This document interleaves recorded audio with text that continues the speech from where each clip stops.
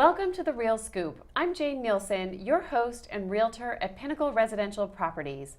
I am here to give you the latest scoop on Wellesley real estate.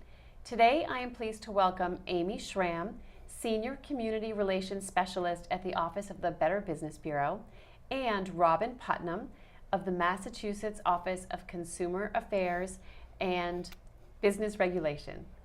Welcome, ladies. Thank you. Thank you. First, here are the real estate numbers. Since September 18th, 10 new single-family homes came on the market and 7 sold. There are 100 single-family homes remaining for sale. Remember, sold means there's an accepted offer and the sale is pending and typically takes place about 60 days from the accepted offer. Interestingly, 1 year ago, the inventory was 30% higher with 155 homes on the market. 72 of those were priced between $1 and $2 million, and 35 were over $3 million. This year, there are 42 between $1 and $2 million, and just 19 over $3 million. Certainly, this news is better for sellers in 2017. Now on to our guests. I met Robin and Amy at a Wellesley Rotary Speaker Series event on fraud and identity theft. There has been a lot of news about hacks and scams, some via telephone, some via email. So Amy, let's talk about some of the latest telephone scams and how our listeners can protect themselves. Sure. So the telephone scams we tend to say are the most annoying out of all of the scams, because who really wants to have their phone ring, off the hook day in and day out? Cell phones too now? Cell phones as well, unfortunately. And the phone scams are tricky because we've been receiving phone scams for years and years, or at least calls from scammers. But the tactics that the scammers had been using were pretty outlandish. They would call and say, you won $20,000, you won a free cruise, you owe an exorbitant amount of money. And nowadays, it's very easy for us to become savvy to something like that with the internet and how often information is shared. We're less likely to fall for a scam like that where they're offering us a free timeshare or something. So now the tactics are a little bit more intricate. They're calling these scammers and impersonating legitimate businesses and legitimate organizations. So you'll receive a phone call and someone will be claiming to be from your bank or your credit card company or your phone provider or a charity organization. And maybe they'll say that they're a representative from a legitimate charity, and maybe they'll make up a name of a fake charity, but how often are we going to go check to double check to make sure? And so it's just really, really important to know that those are the tactics that the scammers are using. And what we can do is we can just hang up the phone, hear who it is on the other end, hang up and find the number that we know for a fact is associated with that particular business or organization. And Robin and I talk about this at every single program we deliver. We do that for 100% of the phone calls that come in, unless it's from a sibling or something like that. And Wow. we're expecting it. If it's the doctor's office, whoever Right. it is. I think I have received every single one of those calls you just described. I've had a fake charity. I've had, they're the ones that are like different things associated with the police, and I just say, I'm sorry, I don't give money. I got scammed over the phone once. I don't give any money over the phone. What about all those robocalls where there isn't anybody there? Does it behoove you to hang up quickly before they make a connection? Are they just trying to see if it's a real number? Absolutely, all of the above. So the best thing to do is to hang up the phone before pressing any of the numbers on your dial pad, which is typically what they'll ask for. They will say, press 9 to be taken off of our list or something like that. Oh, so you shouldn't even do Definitely that. don't do that. What that Ah. does is alert the person on the other end that you're a human, like we were saying, you're a real person, and then they will make a note that this number is associated with someone real, and they will continue to call you, and then they will also sell your information and have other scammers continue to call you as well, because they know it's not really a waste of a dial necessarily. And along the lines of that, with the robocalls, alerting them that you're a person just from answering. Really, any of the phone calls, that's what happens if we're answering the phone. So we recommend just letting it ring, let your answering machine pick it up. If it's a scammer, they're very unlikely to leave you a message. And if it's someone that needs you, they should or they will, and you can call them back if you choose to do so. But once we answer, that's what happens. We alert the person that it's an active working number, and then they can go and sell our information. But nowadays there are some apps that are out there that can help prevent some of the robocalls from coming in. There's one in particular called nomorobo.com. I forgot about that. I'm writing that down. nomorobo.com. And it's free for your landline, and it's about I think it's $1.99 a month for your cell phone. They might have a deal that's like $19.99 for the year, so you save $4, but it's worth it because it's one of the only things that can not only help prevent phone calls from coming in from legitimate telemarketers and things like that we might not want to receive, but it will also cut down on the scammers as well. And it's really just a system where your phone will ring once, somehow your phone provider reads it as an automated call, and it rings once and it hangs up for you. So let your phone ring 2 or 3 times, which is what we would recommend anyway, and let your answering machine pick it up. But most likely, if it's a robocall, it'll stop at that point once you're registered. And I know, and Robin, maybe you could talk a little bit about this insidious thing where they can impersonate a phone number of someone that you might answer the phone for. Oh, it's unfortunate, yes.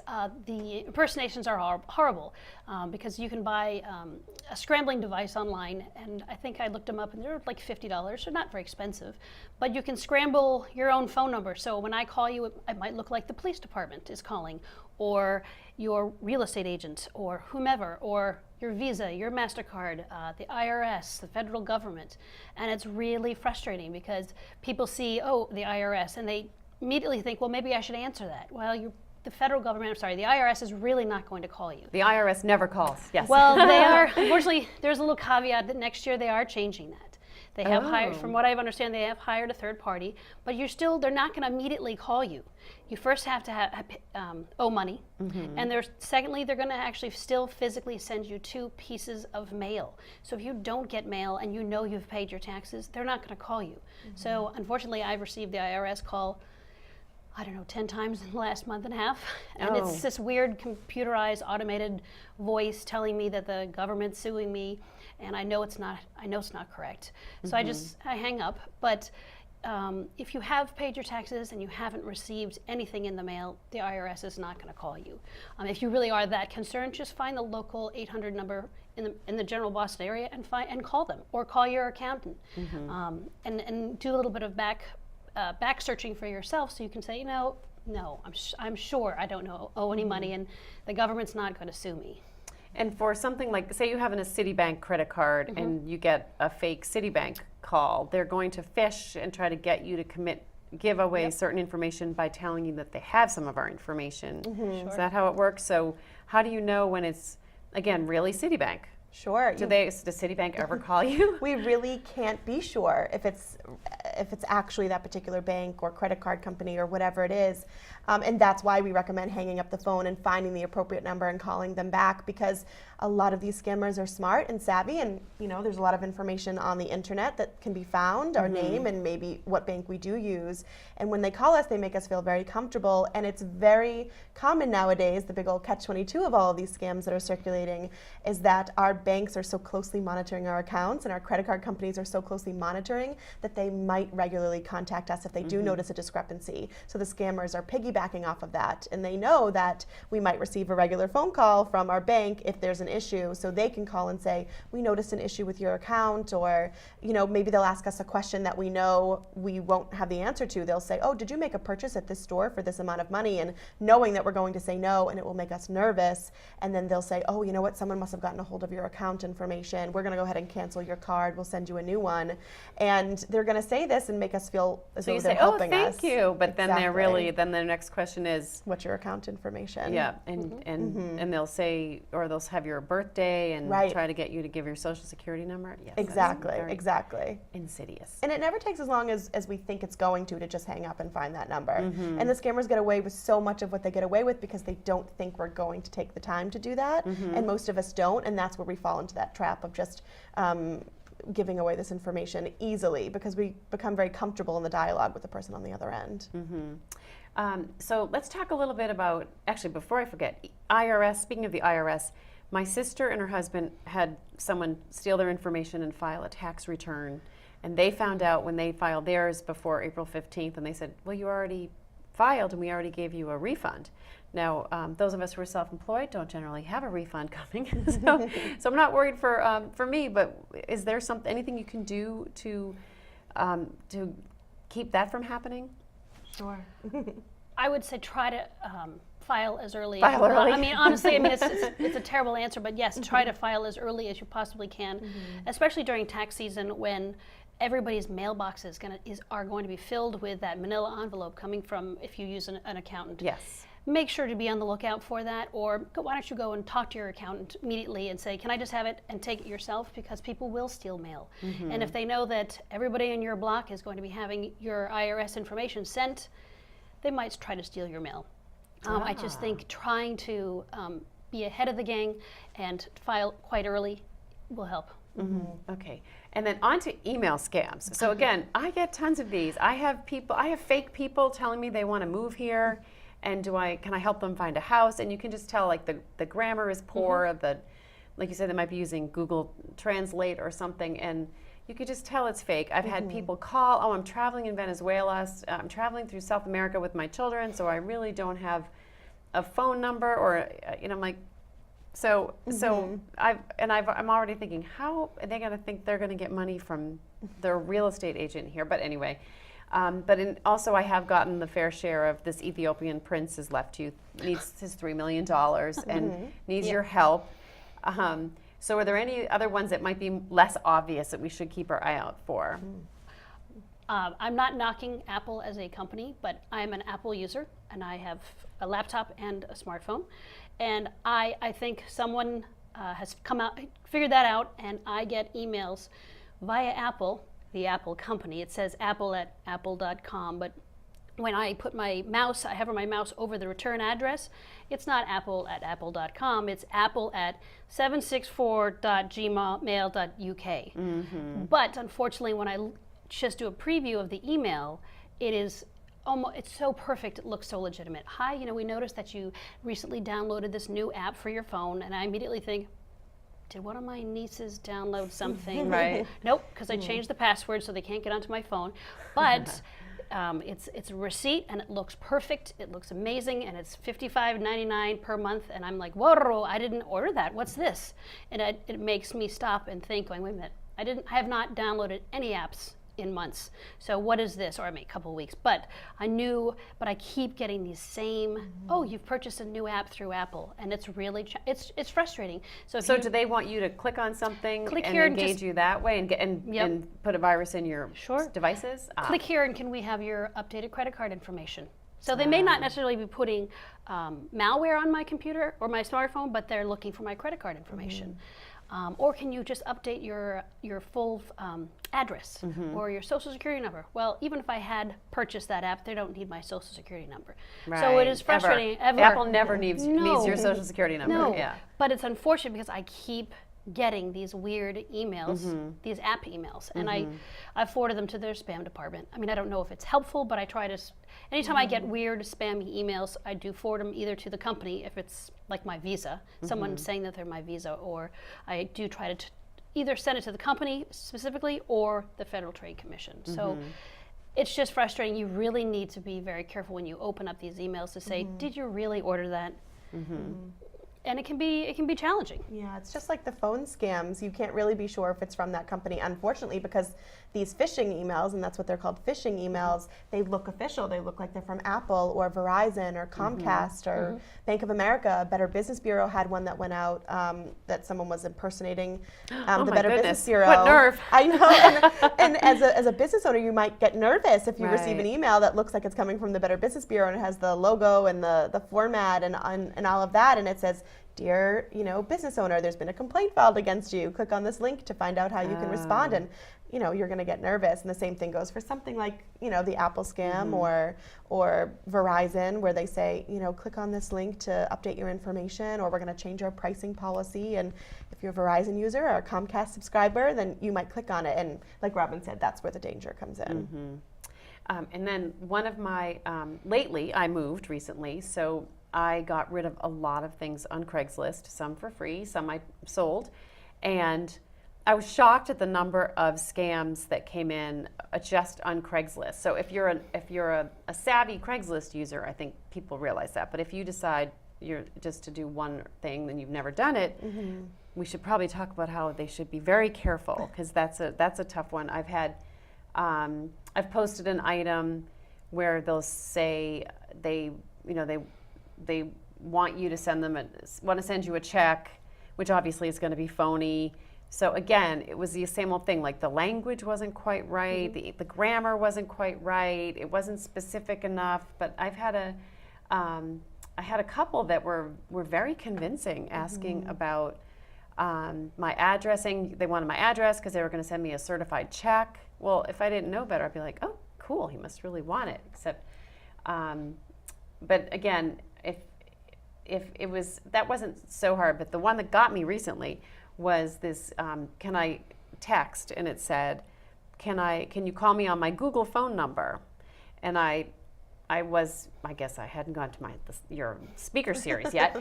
And I was like, oh, okay, well, people text and call. So I clicked on it and it said, press 9 to be connected to your party. And I guess they're trying to steal my cell phone number, right? So, but can you tell me why they want my phone, what they're going to do with my phone number if they manage to get it? There could be a lot of things, but I think the main thing is that they now know that your number is real, and maybe they'll try to contact people within your community with your phone number, like we were speaking about earlier with the phone scams and how you can easily scramble the number that appears. They know people are more likely to answer the phone if it's a local number or even somewhere within the U.S. because most of the callers are not coming from within the U.S.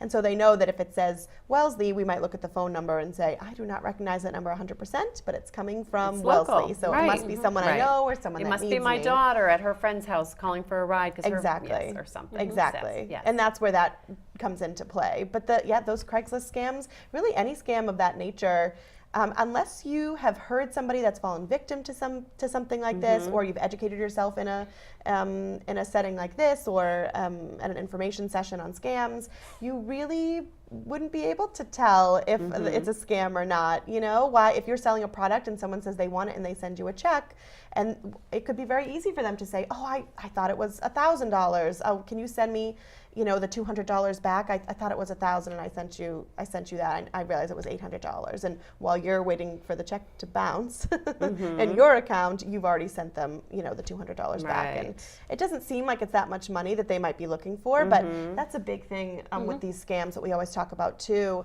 As long as we're monitoring our accounts and really closely monitoring, then we should be okay, because it's about looking for those little transactions here and there, because I think sometimes that if we're going to be scammed, the scammers are going to scam us out of a lot of money. But it's more lucrative for them to scam, let's say, 5,000 people out of $1 each than one person out of $5,000. They know that red flags are going to go waving, and we're more likely to notice something like $5,000, as opposed to that $1 or $2 or $3 transaction. That might get the bank really calling you. Yes. Exactly. Exactly.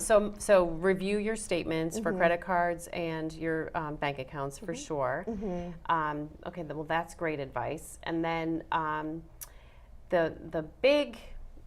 have to certainly talk about the big scam, the big hack at Equifax, and how we can protect ourselves. So that just seemed, once I heard the numbers of millions of Americans that had been affected by that, it really seemed like everybody who was over 18, and maybe half of our kids too, which they might have stolen their numbers. But Robin, tell us a little bit about what advice you would have for someone if they are concerned. If they're concerned, sure.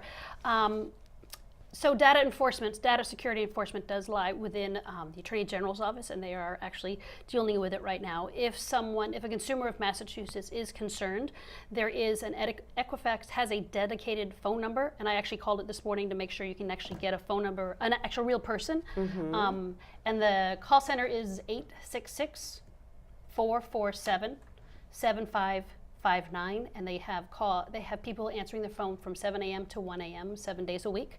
Wow. You might not get a person the first ring. I got a person on the third ring. So they are answering the phone, which is wonderful.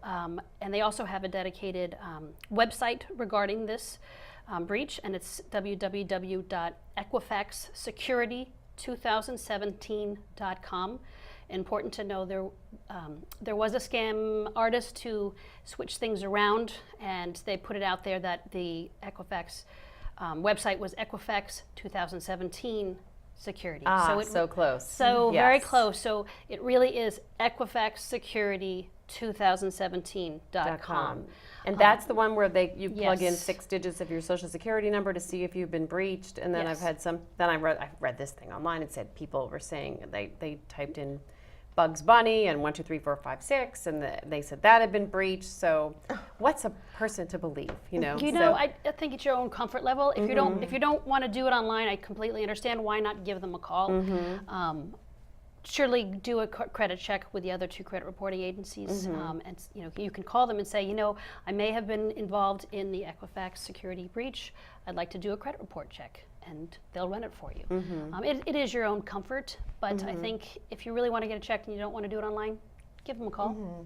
And I do know that some of our banks and credit cards, I had gotten some emails which again seem legitimate, and I actually didn't even think to check because wasn't a call to action, but it basically said, since the Equifax breach, this is what we do to protect your account at Citizens or at Citibank or Capital One. So that seemed That's a great point. legitimate. Yeah. Call your own companies, whether it's your bank or your credit cards. Call them and say, I'm just a little concerned.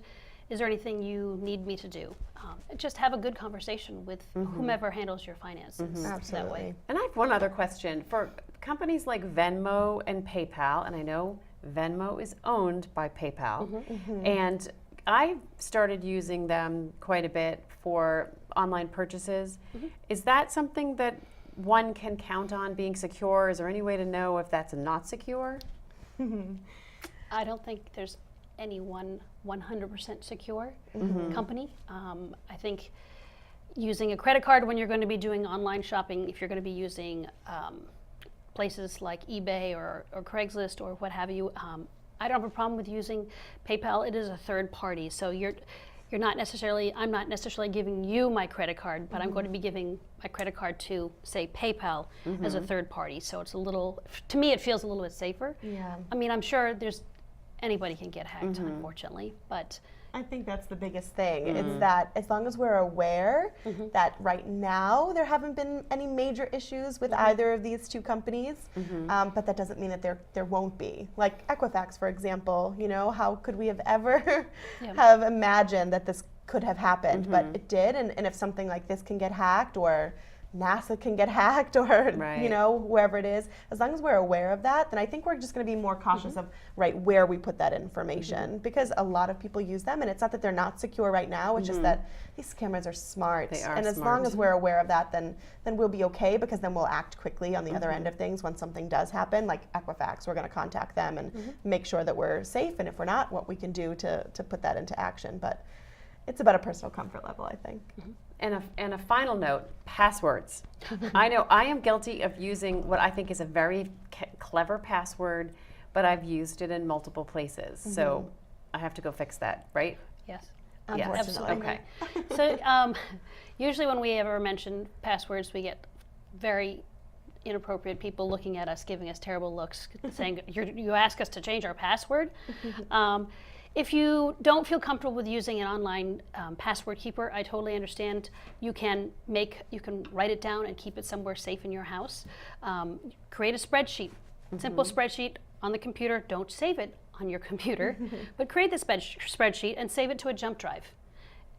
Put the jump drive somewhere safe in your house and get rid of the document. Don't save it in your computer. If someone hacks your computer, now they have your passwords list for of everything. passwords, right. But when it's time in 6 or 7 weeks, maybe you want to do it in 8 weeks, take the jump drive back in and say, okay, now I'm going to go to my Visa, I'm going to go to my MasterCard, and go right down the line, and you can update the spreadsheet, save it again to the jump drive. So you think you should change your passwords as often as every 2 months? Yes. Oh I my think they goodness. actually recommend every month. Wow. But I didn't want to make don't people wanna- upset I know you don't with want to every push month. it too far. 2 months. At least 2 And months. it can't be the same password for everything. Yeah. And so the online password protection, I know the owner of our office uses one of those, and I don't know, I haven't gotten to that yet. Sure. But those are there any that you recommend, or?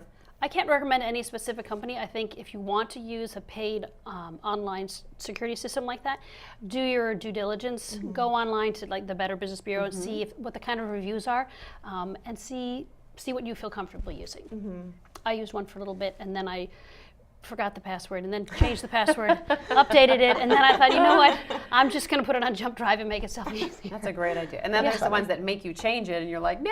I know. Yes, I So know. good. Well, thank you, ladies. That has been Sure. really interesting Thank and you. lots to Thank you think very much. about. And I think it is. So you spend almost all of your professional time speaking to groups and going around talking to organizations Yeah. about these very topics. Every day. All of Massachusetts, all of Maine, all of Vermont, and all of Rhode Island, between the two of us. And it's about 30 programs each month, I would say. Well, thank you, ladies. It was a pleasure having you both. Thank you. Thank you so much. If you would like to have Amy and Robin speak to your organization or would like any more information, you can reach them at the following emails and phone numbers. Robin Putnam is Research and Special Projects Manager at the Office of Consumer Affairs and Business Regulation. Her telephone number is 617-973-8744, and her email is robin.putnam@state.ma.us. And you can reach Amy at the BBB at 774-245-8498, and her email is ashram@boston.bbb.org. Thanks for joining us at The Real Scoop.